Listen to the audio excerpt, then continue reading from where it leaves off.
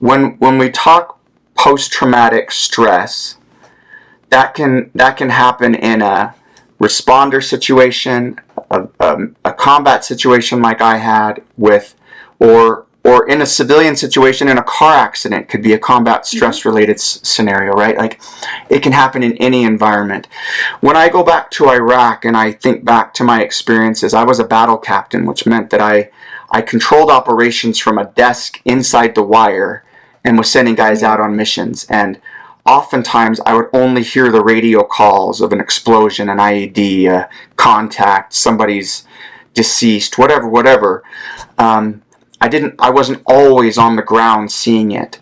But in those moments where I would hear it and not be able to physically be there to help, it created its own traumatic experience that were vivid to me still.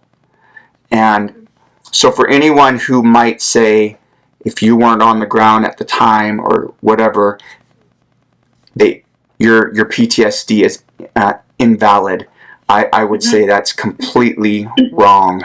And I understand the fact that you may have had some resources available to you that you didn't use. That's not uncommon. When I came back from Iraq, there was a tiny man behind a desk with a pen, and he's like, "Do you have PTSD? If you have PTSD, you can't go out those doors and see your family." And I was like, "I don't have PTSD." And I got to go see my family after I'd been separated for a year. So yeah, maybe the resources were there at the time, but I chose other ways to try to cope and heal, and ultimately found that healing on my own was not possible. One, I needed to share my experience. I needed to engage with others and connect, stop the isolation, etc., etc.